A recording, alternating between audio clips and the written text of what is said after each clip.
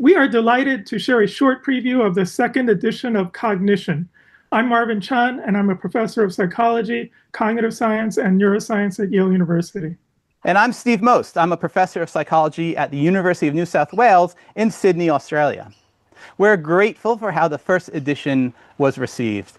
We loved receiving feedback from both students and professors who have used it.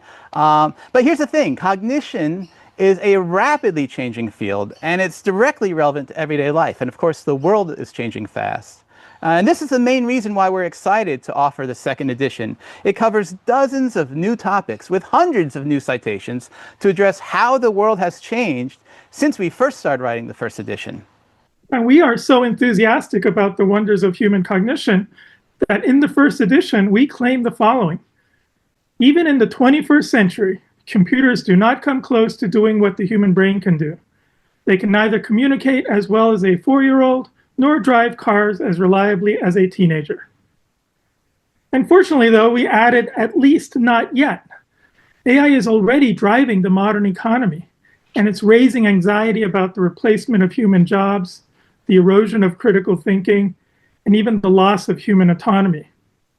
But amidst all this, on the positive side, one thing that is not replaceable is human cognition.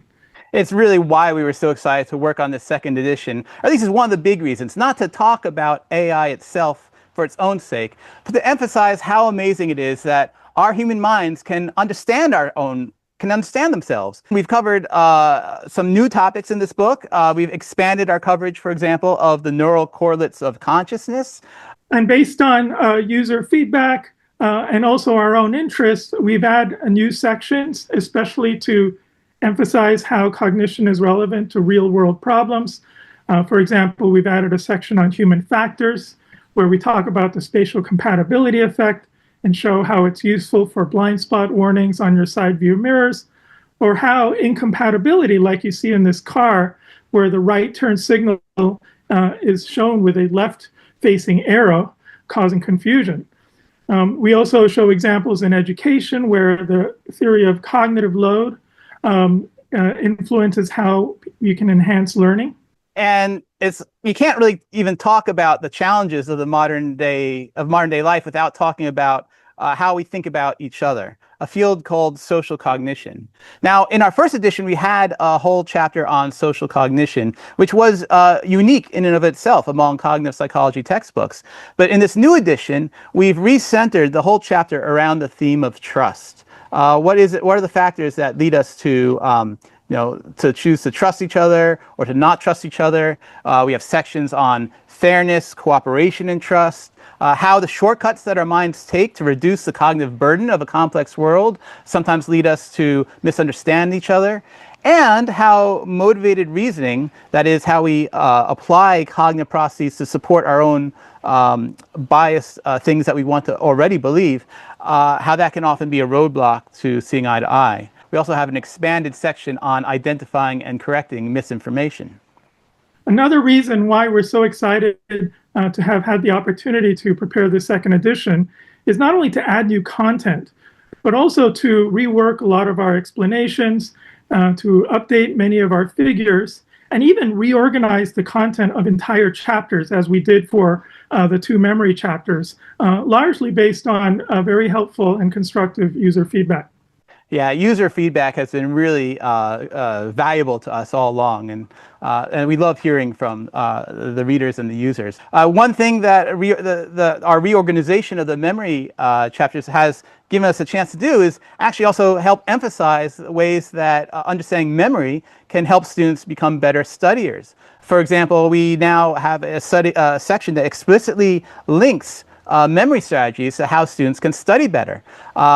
Covering important topics like the spacing effect and retrieval practice, and also tying it to engaging real-world examples, like how do actors remember their lines when they're on stage. One thing that we really tried to do in this book was to use principles of cognitive psychology to teach cognitive psychology. For example, students remember material best when it's engaging and concrete. And so we've woven in concrete, engaging examples throughout. Also, we built on the power of retrieval practice, one of the most powerful ways that we can get information to stick in mind. To do this, Marvin and I personally crafted review questions that students can engage with throughout and to ensure that they get to practice and retrieving key concepts. And as in the first edition, we integrate neuroscience and emotion throughout the book. For example, from the memory chapter, we present this hypothetical patient with amnesia, where based on the type of brain damage they had and when they had it, they would remember different celebrities from different eras of their life. We also show brain imaging data where it's useful. For example, here showing heightened brain activation associated with better attention when people remember things versus when they forget those things. And on the right there, you can see just one example of how we've really bridged research on cognition with research on emotion. For example, in this research focus box on a pill, the potential of a pill to eliminate post-traumatic stress disorder. One thing that we chose to do is, rather than having a separate section on cognition and emotion interactions, or a separate chapter on cognition and emotion interactions, we decided to cover cognition emotion interactions throughout the book in every chapter, really reflecting the fact that emotion now permeates just about every aspect of the field. Another really major new feature of this second edition is something called Oxford Insight. It's not just a new tool, it's almost like a new learning environment, which includes something called Discovery Labs, which offer a wide variety of experiments, exercises, and animations designed to help students understand important concepts and principles. These extra tools are very interactive, and I think they really enhance the students' ability to engage with the material. As with the first edition, working on the second edition has really been a labor of love for both of us. Marvin and I are both really, really excited about cognitive psychology as a field and about what it has to offer the rest of the world. And we've really tried to bring cognitive psychology to life for our students the way it comes to life for us. And so we hope that you consider our book. Thank you. Thank you.